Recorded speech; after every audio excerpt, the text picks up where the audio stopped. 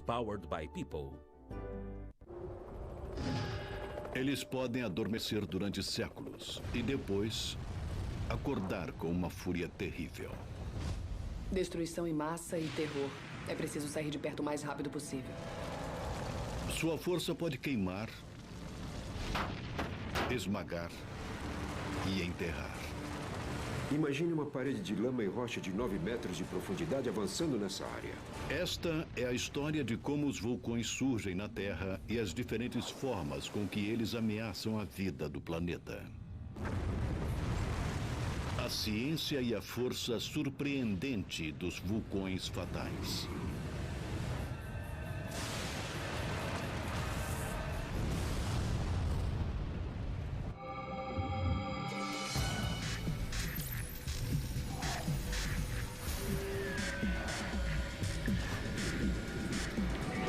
Ciência viva.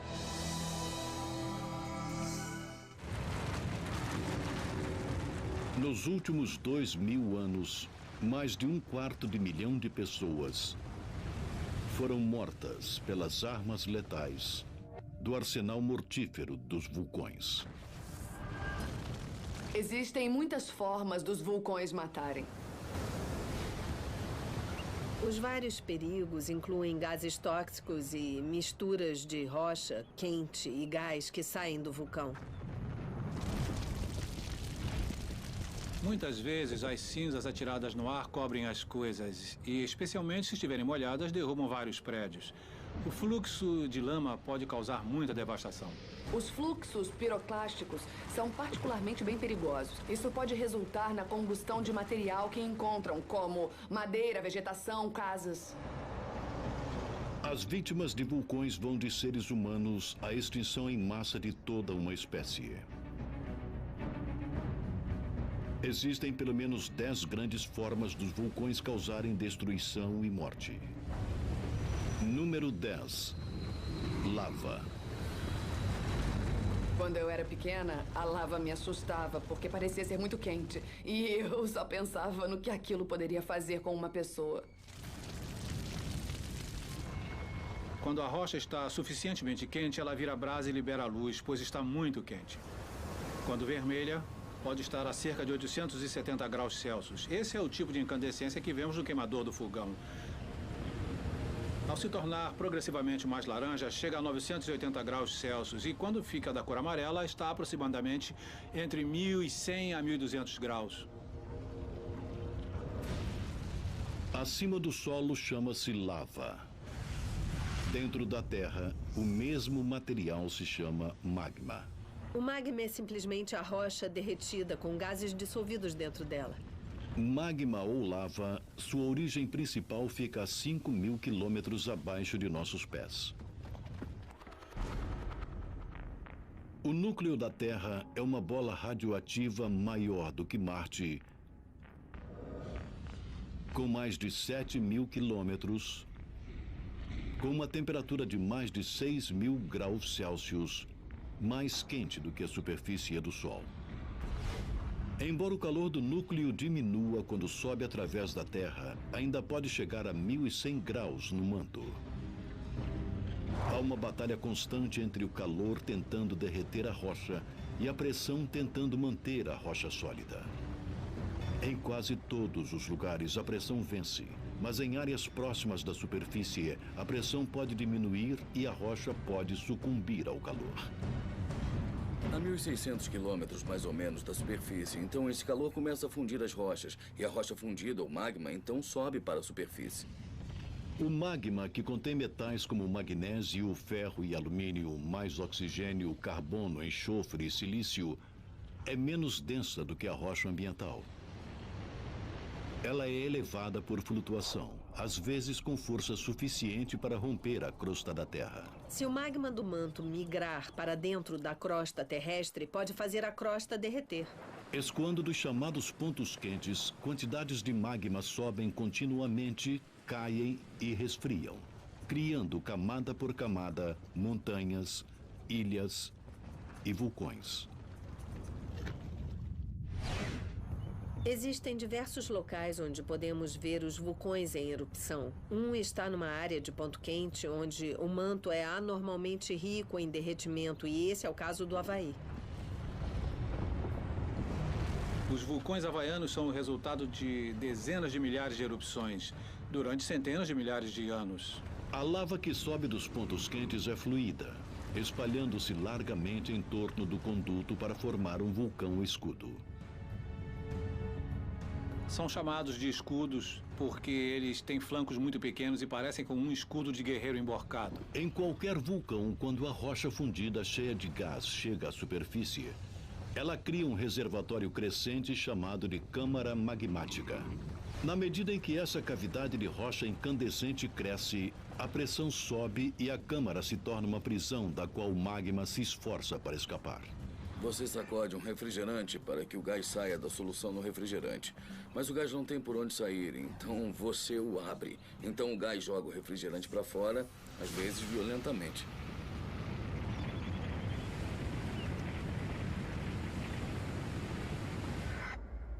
Uma erupção em 1977 no Congo provou como a lava fluida pode ser fatal. O vulcão era o Monte Nyiragongo, uma torre de 3.500 metros com um lago de lava em ebulição dentro de sua cratera. O Nyiragongo produz um escoamento de lava bem fluido. Basicamente, o vulcão rachou e o líquido quente vazou pelo flanco do vulcão muito rapidamente. E assim, há um grande volume de lava se movendo rapidamente. A lava registrou a velocidade surpreendente de 97 km por hora. Pelo menos 70 pessoas foram pegas por seu fluxo incandescente.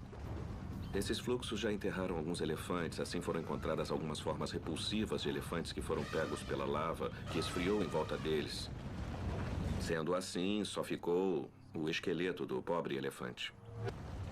Em 2002, a lava do Nyiragongo escoou de novo, destruindo 12 mil lares e matando mais de 100 pessoas na cidade de Goma. A lava nem sempre é rápida, mas pode ser implacável, como uma cidade da Ilha Grande do Havaí aprendeu em 1990. Havia mais de 100 casas na comunidade de Kalapana. Elas foram atingidas por um dos vulcões mais ativos, o Kilauea. A lava não parava, lenta e implacável. Por 6 meses desesperadores, queimou casas e enterrou o solo. Imaginem um caminhão basculante de tamanho normal de lava escoando por segundo. 18 metros cúbicos de lava cobriu toda a cidade e ela nunca mais poderá ser a mesma. O que aconteceu com Kalapana pode acontecer de novo. Os vulcanólogos na Ilha Grande também se preocupam com o Mauna Loa, o maior vulcão da Terra.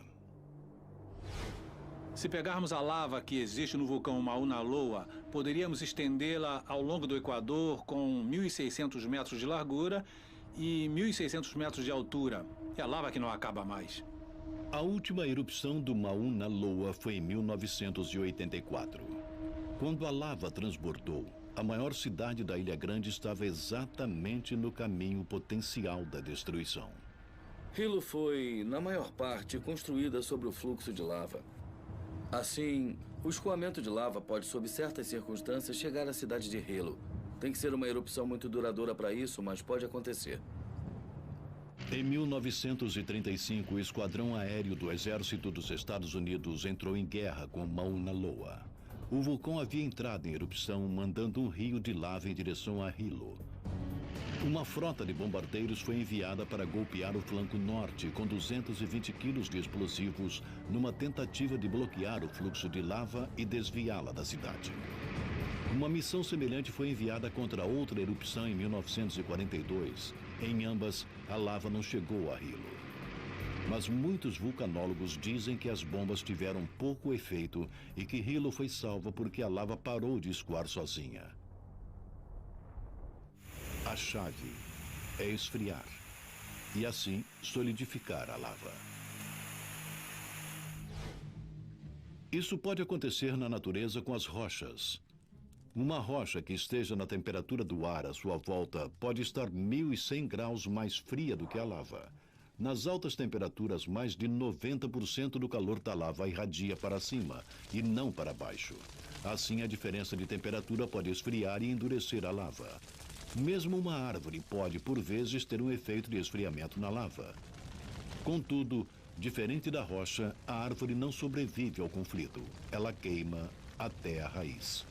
Em alguns casos, em uma árvore grande, a árvore, na verdade, esfria a lava e a lava adere a ela. E isso que está aqui ao meu lado é o que chamamos de molde lávico. Isto era uma árvore. A lava passou por ela e aderiu a ela, porque a árvore estava muito fria para a lava. Então, ela congelou. No interior desse molde havia uma grande árvore. E um pedaço dela ficou assim, onde vemos carvão ainda incrustado na lava bem aqui. E isso é algo muito frequente aqui no Havaí.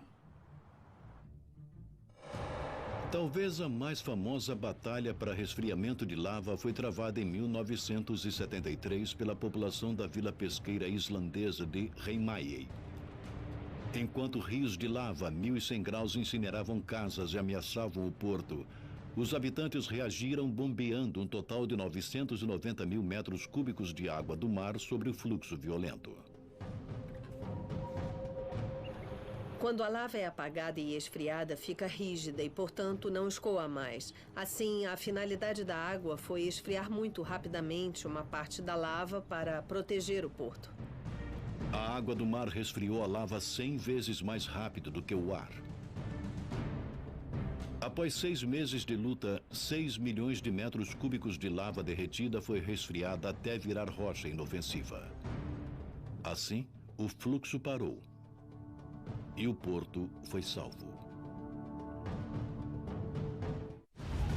A erupção de um vulcão pode clarear a noite. Mas algumas armas vulcânicas são mais sutis, como os gases silenciosos. Os gases escondidos no magma vulcânico criam uma pulsão de bruxa à espera de ser liberada, ameaçando a vegetação, os animais e os homens. Os gases principais deixados pelos vulcões são basicamente vapor d'água, mas também temos gás carbônico e dióxido de enxofre. Número 9 na lista letal: gases vulcânicos.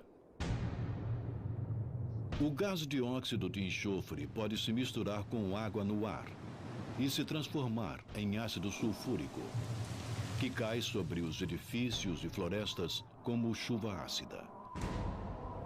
Um dos gases vulcânicos mais perigosos é o assassino inodoro e incolor gás carbônico. O mais conhecido incidente de morte por CO2 vulcânico ocorreu no país africano de Camarões. Naios é um lago em uma cratera vulcânica quase 213 metros abaixo da superfície. Uma câmara magmática libera continuamente gás carbônico dentro d'água. Na noite de 21 de agosto de 1986, uma nuvem de gás carbônico de 900 metros de extensão subiu para a superfície. Sendo mais pesada do que o ar, a nuvem da morte se arrastou pelas cidades abaixo, sufocando centenas enquanto dormiam. O gás carbônico escapou daquele lago e se moveu muito perto do solo e matou silenciosamente os moradores que estavam dormindo, cerca de 1.700 pessoas. Além das mortes de pessoas, os gases vulcânicos quase acabaram com toda a vida complexa na Terra antes dela começar. Toda forma de vida complexa de hoje depende do oxigênio, mas esse elemento vital não foi sempre parte de nossa atmosfera. Há 2,7 bilhões de anos, quando a água cobria quase todo o planeta, o céu era um coquetel venenoso de gás carbônico e nitrogênio. Nos mares, micro-organismos chamados cianobactérias usavam a fotossíntese para absorver o gás carbônico e expelir oxigênio como refúgio. Esse oxigênio deveria ter subido à superfície para ser absorvido na atmosfera. Mas alguns cientistas acham que os gases de vulcões submarinos, principalmente sulfato de hidrogênio, reagiram com oxigênio, formando assim ácido sulfúrico. Desta forma, os vulcões estrangularam a vida complexa na infância. Mas a vida teve uma segunda chance. 200 milhões de anos mais tarde, uma subelevação planetária literalmente elevou muitos desses vulcões das profundezas, como parte da primeira grande expansão da terra firme. Com menos vulcões submarinos para capturá-lo, o oxigênio finalmente flutuou livre para enriquecer a atmosfera, dando início à evolução da vida multicelular sobre a Terra.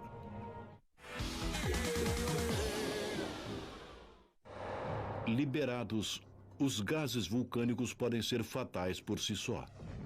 Mas como nas armas, os gases sob pressão podem criar explosões devastadoras e disparar projéteis letais. Esse é um perigo em particular de vulcões que surgiram a partir de uma forte colisão de placas tectônicas. Duas placas estão se aproximando, duas placas de crosta e uma placa. Normalmente, a placa mais antiga é mais fria e mais densa e tende a afundar para baixo da placa mais jovem e leve. A placa mais baixa é exposta a um calor de 1.100 graus. As moléculas de água liberadas da elevação da placa sobem, derretendo o manto e produzindo magma menos denso do que a rocha à sua volta. Quando a rocha derrete no subterrâneo, ela forma um fluido, então ela começa a se mover em direção à superfície. Esse magma sobe e escoa pela superfície como lava. Mais lava escoa e se acomoda em cima dela. E o que temos é um vulcão muito íngreme. A maioria dos vulcões formados dessa forma são chamados de estratovulcões. Pilhas de cinzas são cobertas pela lava que é mais grossa e mais pastosa do que os vulcões escudos do Havaí. O cone íngreme que forma é a imagem clássica de um vulcão reproduzido em papier-mâché em todas as feiras de ciências. Mas a diferença entre o vulcão em estratos e os escudos não é só cosmética.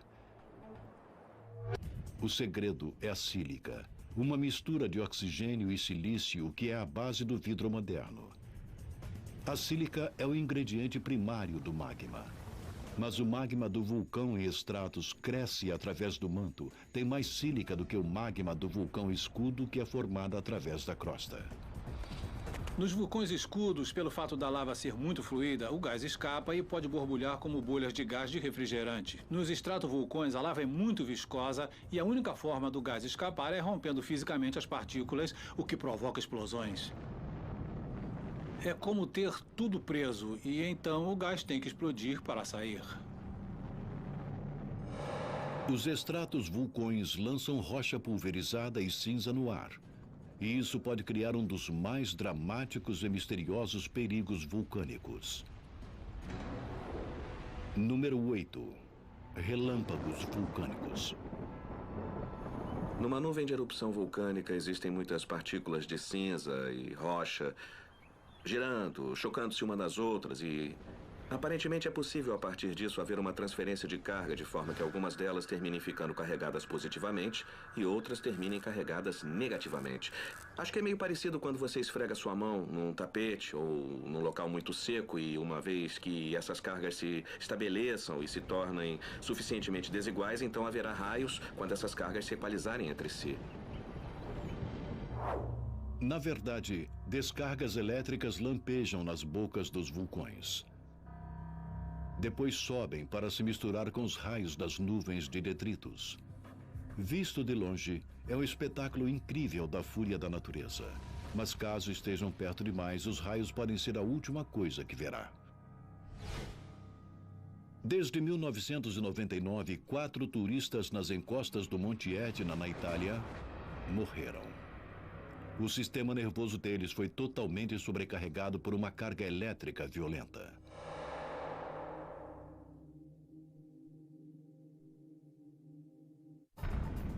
A explosão de um extrato vulcão pode estilhaçar rochas e disparar projéteis que podem matar ao contato. Número 7 da nossa sequência mortal. Tefra. Tudo que sai da boca do vulcão que seja lançado no ar, nós chamamos de tefra. A tefra pode ser tão fina quanto 1/4 de centímetro. E a tefra pode ser tão grande quanto um carro pequeno. Blocos de tefra podem ser atirados a mais de 800 metros de uma cratera em erupção. Eu estava a cerca de 1.500 metros de distância da cratera principal do Etna, quando vimos o que parecia ser uma nuvem de erupção. O vulcão resolveu dar um pequeno arroto e expeliu blocos antigos, rochas antigas que, na verdade, nem estavam quentes, mas elas caíram nas cabeças dos turistas que estavam em volta da cratera. 9 pessoas morreram naquele dia por causa do pequeno arroto. Grandes fragmentos de erupções vulcânicas podem ser fatais. Mas os pequenos fragmentos, partículas com menos de 2 milímetros, que são, na verdade, os mais perigosos. Esse é o número 6 na lista dos perigos vulcânicos. Cinza. A cinza vulcânica não é fina como cinza de madeira ou cigarro. Ela é dura e abrasiva porque é composta de sílica e rocha pulverizada. Lançada no ar, uma nuvem de cinza é um perigo em particular para os aviões. Voar dentro de uma nuvem de cinza vulcânica é como voar dentro de uma nuvem de pregos bem pequenos. A cinza vulcânica é engolida pelo motor do avião. A sílica, que tem um ponto de fusão semelhante à temperatura dentro dos motores a jato. Na verdade, derrete dentro do motor, cobrindo os componentes com uma substância pegajosa. Depois, a cinza derretida é sugada pelas peças mais frias do motor, onde se solidifica e emperra seu funcionamento. Resultado: falhas de combustão, pane total do motor. Mais de 100 aviões já passaram por nuvens vulcânicas. Pelo menos 7 tiveram falhas no motor e 3 aviões tiveram perda total do motor e enfrentaram a possibilidade de uma queda fatal. Em 1982, um 747 foi surpreendido por uma nuvem vulcânica a 37 mil pés acima da Indonésia. Todos os 4 motores falharam. O jato caiu 23 mil pés até que os pilotos conseguissem religar os motores entupidos de cinza, evitando por pouco a morte deles mesmos e dos 248 passageiros aterrorizados. Os pilotos tiveram que voltar e voar 180 graus na direção oposta para fugir daquela coluna de cinza. Mas a cinza não é uma ameaça apenas no ar. Ela também faz vítimas próximas ao solo. As pessoas que correm para se abrigar e escapar de serem queimadas ou sufocadas pela queda da cinza podem estar correndo para uma armadilha mortal. A cinza vulcânica é densa. Uma camada de 10 centímetros é suficiente para achatar muitos refúgios. E quando a cinza está molhada de chuva, sua densidade mortal aumenta. Se cair sobre um telhado, o telhado cairá. E se houver pessoas se abrigando sob esses prédios, a queda desses telhados pode ser realmente um perigo. Enquanto a cinza é um perigo vindo do ar, os vulcões têm outra arma que ataca pelo mar. O perigo vulcânico número 5. As tsunamis.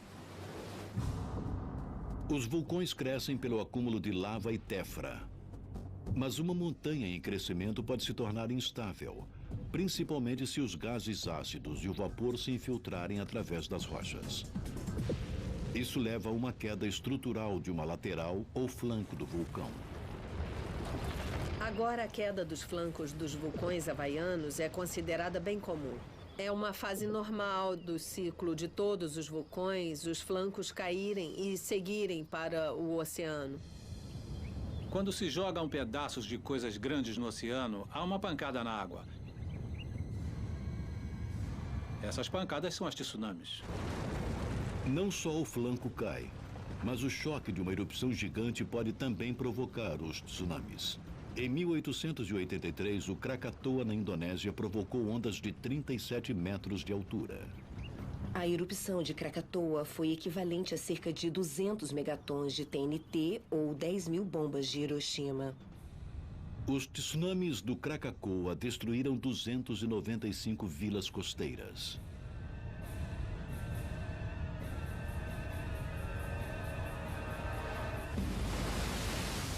No total, os tsunamis vulcânicos causaram mais de 50 mil mortes registradas na história. E está preparado para essa taxa de mortalidade aumentar.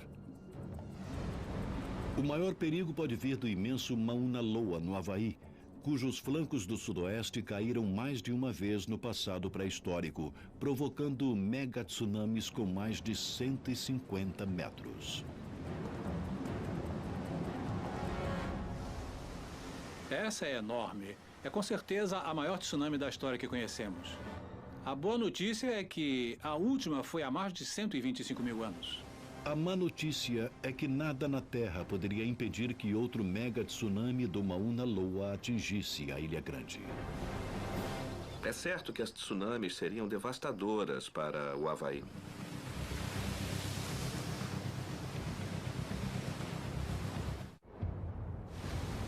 Lahar é a palavra indonésia para fluxo de lama.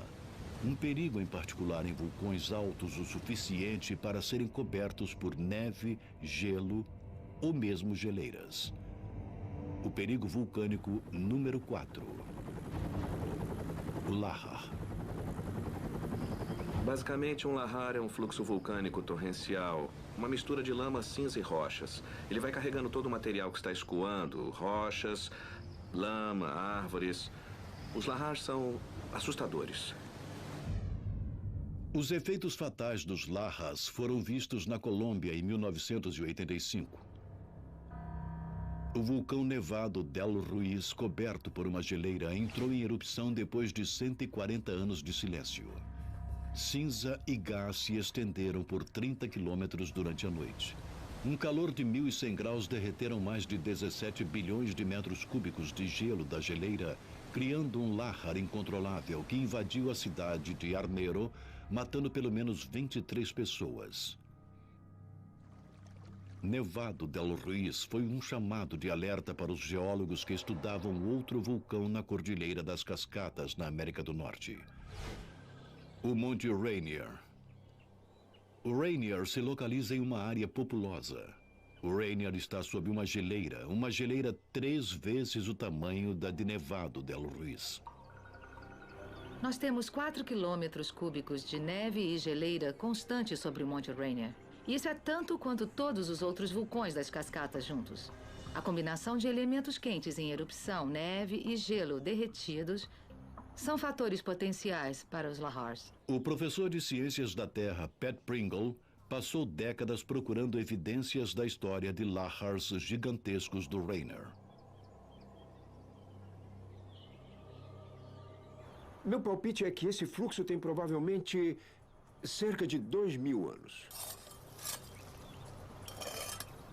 Na verdade, podemos ver que essa massa de areia carregou alguns pequenos pedaços da margem que arrancou de locais rio acima, o que mostra que isso se movia com uma massa densa, provavelmente 80% de material sólido com cerca de 20% de água.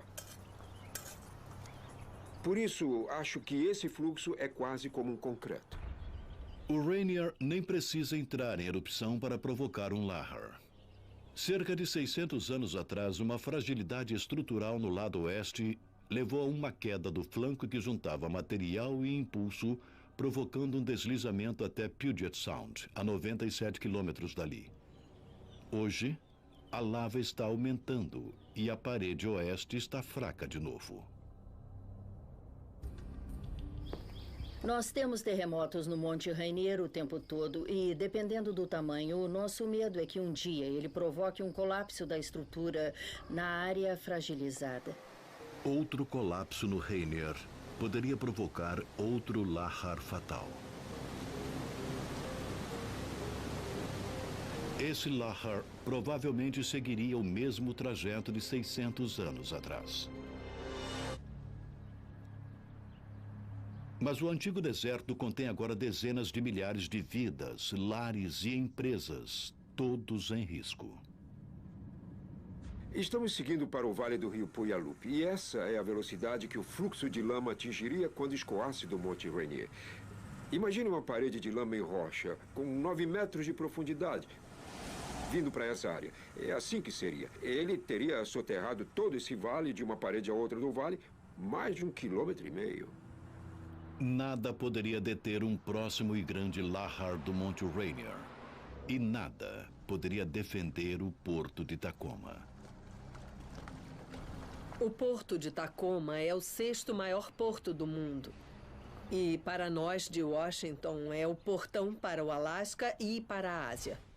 A gerente de emergências do município de Pierce, Jody Woodstock, sabe o que um lahar do Monte Rainier poderia fazer ao porto. Lama e detritos bloquearia o tráfego de navios por meses. A economia do Noroeste ficaria arrasada, enviando ondas de choque financeiro por todo o mundo. Mas no caso de um lahar, já foram feitos planos para tentar minimizar o sacrifício humano. O Centro de Operações de Emergência do Estado de Washington ativará sirenes por todo o vale. Nós ativaremos basicamente um sistema reverso de emergência que telefonará para todas as casas e empresas do vale, e assim teremos um alerta amplo para que as pessoas se afastem cerca de 15 metros do fundo do vale, e isso salvará suas vidas. Poucos duvidam que a região das cascatas precise se preparar para um possível desastre futuro. O Monte Rainier e outros vulcões das cascatas entrarão em erupção de novo. A questão não é se, mas quando. Tão assustador quanto um lahar pode ser, é imaginar algo 2 vezes mais rápido e incandescente. Nesta casa, todo mundo a partir das 7, só no Discovery.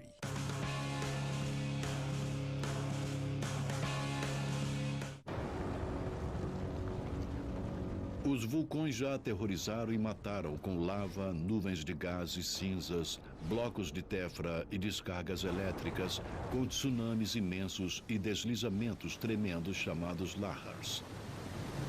Mas poucas coisas são tão mortais quanto os detritos vulcânicos que aparecem na lista de perigos, como o número 3. Fluxos piroclásticos. Rochas quentes e outros gases que escoam do vulcão. O fluxo piroclástico destrói praticamente tudo por onde passa. Piroclástico vem do grego fogo quebrado. E o calor incinerador provocado pelos gases do fluxo é um de seus atributos mais temidos. O fluxo piroclástico pode facilmente atingir temperaturas acima de 700 graus. E essa avalanche não é só quente, é rápida, acima de 160 km por hora. O impulso lhe dá uma força terrível. O fluxo piroclástico foi registrado derrubando completamente estruturas de cimento. Então, eles podem demolir um prédio e deixar apenas a fundação. Por isso, é muito difícil sobreviver a essa mistura de gás e cinza. Quase metade da taxa de mortalidade por fluxo piroclástico vem de um único desastre. O ano era 1902. O local, a ilha da Martinica, onde o monte vulcânico Pelé ameaçou a cidade de Saint-Pierre. O vulcão já enviou suficientes sinais de advertência. A vida na cidade era uma tristeza. Havia cinza em todos os lugares. Houve pequenos fluxos piroclásticos que mataram pessoas. O vulcão não deixou de enviar tantos sinais de advertência quanto pôde. Mas o povo local não sabia como interpretá-los. E o governador, na verdade, desencorajou o povo de deixar a cidade porque estavam perto das eleições. Em 8 de maio de 1902, o Monte Pelé explodiu com uma força cataclísmica. Um fluxo piroclástico quente em brasa desceu a montanha a 150 km por hora. Levou somente 3 minutos para atingir Saint-Pierre. E o terror começou. Se você for pego por um desses fluxos piroclásticos, você terá uma morte horrorosa. Não só pelas queimaduras, mas também pela sufocação e queimaduras internas. Em questão de minutos, a população de Saint-Pierre passou de 28 mil para 2 pessoas. Uma foi um homem que se escondeu em seu porão. A outra, um prisioneiro em uma cela de pedra. Ele estava muito queimado, mas ainda estava vivo. E era a única pessoa viva na parte principal da cidade. E a equipe de resgate ouviu seus gritos e ele foi no final libertado e perdoado, pois tinha cometido um crime. Mas eu acho que acharam que, já que ele conseguiu sobreviver àquilo, estava tudo bem. Embora a morte por fluxo piroclástico seja terrível, pelo menos é rápida. Mas uma causa de morte mais lenta e indireta tirou ainda mais vidas do que os fluxos piroclásticos. Número 2. A fome. No século XIX, deslizamentos, fluxos piroclásticos e tsunamis oriundos de desastres vulcânicos, incluindo Krakatoa, mataram populações inteiras por falta desesperada de alimentos, quando a queda da cinza destruiu colheitas por milhares de quilômetros. As vítimas não queimaram nem foram enterradas pela lama ou cinza. Todavia, quase 90 mil pessoas morreram de fome por causa dos vulcões.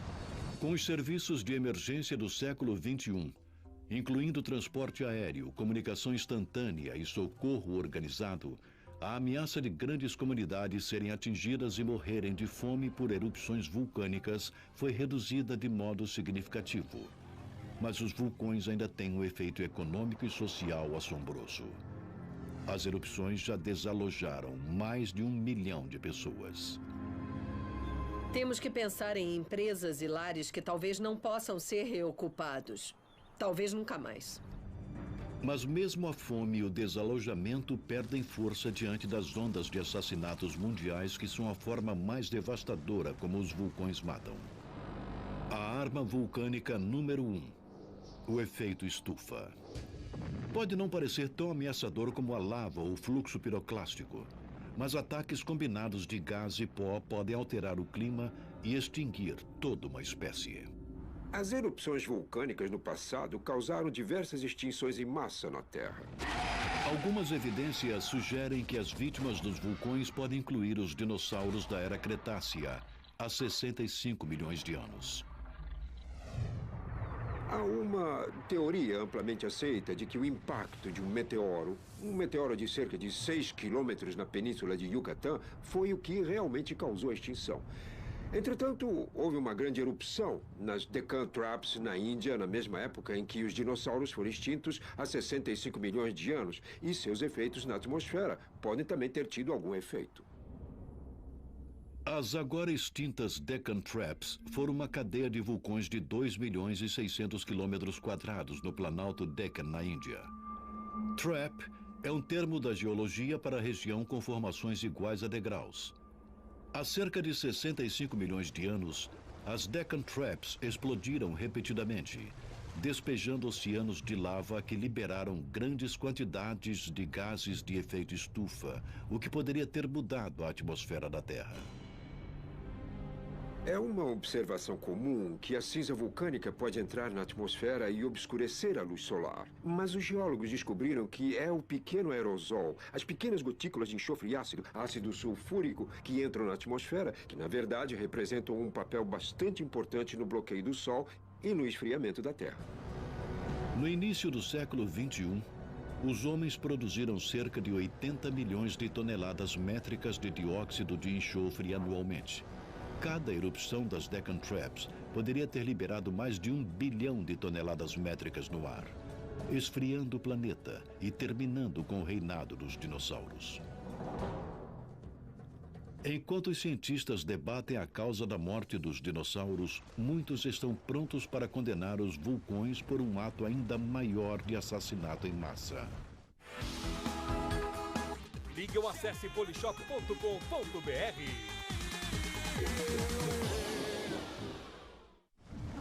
Algo terrível aconteceu ao redor do mundo há 251 milhões de anos.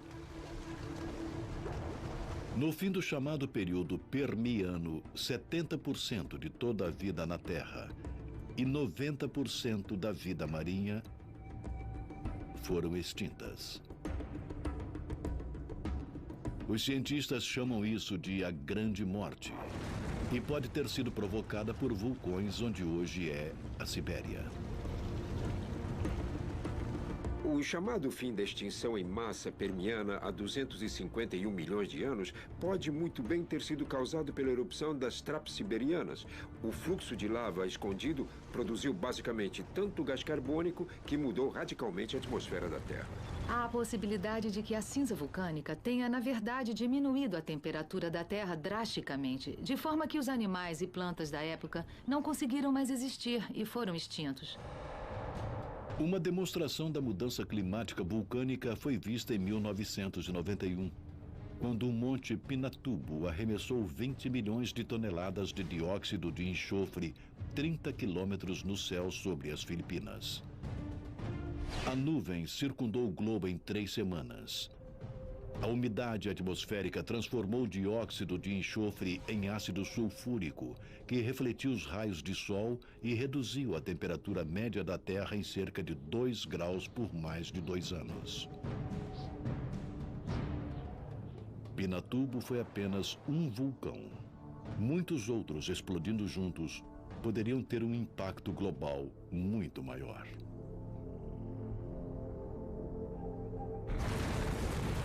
Por centenas de milhões de anos, os vulcões mataram por sufocação, queimaduras, inundação, impacto físico e até choque elétrico.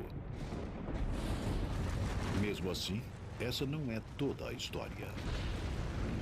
Os vulcões podem destruir muitas propriedades, podem destruir vidas, mas também podem criar uma nova vida.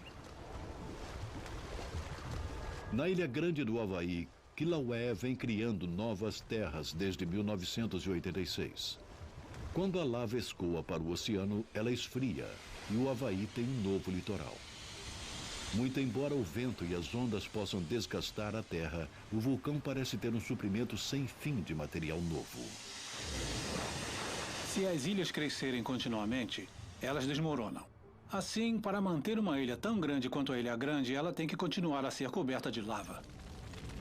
E embora a cidade de Calapana tenha sido enterrada pela lava do Kilauea no ano de 1990, a área irá, um dia, ficar verde outra vez, como também irão outros locais devastados pela lava. Nós estamos em uma área que é chamada de área devastada. Eu não gosto da expressão, eu acho que é uma mudança e não devastação, mas estamos presos a um nome. Isso é, em miniatura, o que se esperaria ver depois de uma erupção realmente grande. Como no Monte Pelé, um evento de grande magnitude. Essa cinza aqui pode virar um solo muito fértil. Daqui a algumas centenas de anos, talvez, porque é feito de vidro vulcânico que decompõe rapidamente. E que pode ser visto realmente nos vulcões. Cinza fina e material como esses podem virar solo tão rapidamente, quase que instantaneamente em termos geológicos, que pode ser realmente um bom lugar para a agricultura.